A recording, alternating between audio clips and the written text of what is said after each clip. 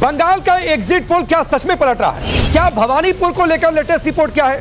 क्या दीदी हार रही है या फिर शुभेंदु अधिकारी हार रहे हैं? आपकी स्क्रीन पर आने वाला है, ये आ गया असम का आंकड़ा। बीजेपी 88 से 100 सीटें जीत रही है। अब देखिए, पश्चिम बंगाल में मैट्राइज की ओर से भारतीय जनता पार्टी को प्रचंड जनादेश दिखाया गया है। जनमत का अगर आप आंकड़ा देखेंगे तो जनमत का आंकड़ा बताता है कि टीएमसी सत्ता में आ रही है। 4 मई को नतीजे क्या होंगे सबसे तेज आप देखने वाले हैं। हर चुनाव के बाद सबसे ज्यादा चर्चा में रहने वाला शब्द, लेकिन सवाल है आखिर ये एग्जिट पोल होते कैसे हैं, कितने भरोसेमंद होते हैं और इन्हें कराने में कितना खर्च आता है। आइए समझते हैं जर्नलिस्ट इंडिया की इस रिपोर्ट में पूरा गणित आसान भाषा में। चुनाव खत्म होते ही टीवी स्क्रीन पर जो आंकड़े दिखते हैं उन्हें कहते हैं एग्जिट पोल, यानी वोट डालकर बाहर निकलते ही मतदाताओं से पूछा जाता है आपने किसे वोट दिया।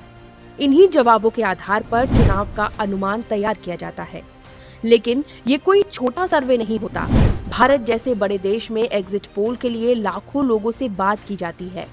उदाहरण के तौर पर एक बड़े सर्वे में 5 लाख से ज्यादा वोटर्स से इंटरव्यू किया गया था, जो देश भर के हजारों इलाकों में फैला था। कैसे होता है exit poll?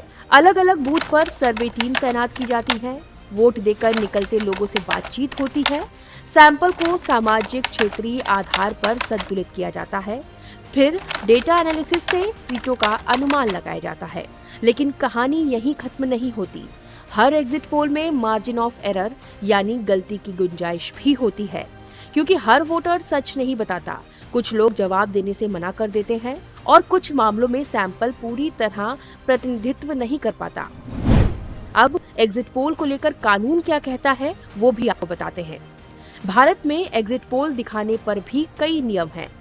Representation of the people act की धारा 126A के तहत वोटिंग खत्म होने तक एग्जिट पोल दिखाना या प्रकाशित करना प्रतिबंधित होता है।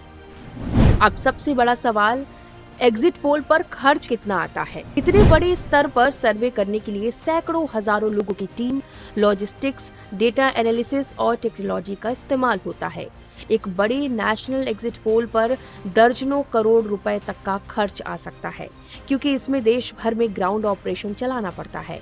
तो अगली बार जब आप एग्जिट पोल देखें तो समझिए ये सिर्फ आंकड़े नहीं बल्कि एक बड़े डेटा एक्सरसाइज का नतीजा है। लेकिन अंतिम फैसला हमेशा ईवीएम ही करती है। एग्जिट पोल संकेत देते हैं लेकिन नतीजे तय नहीं करते।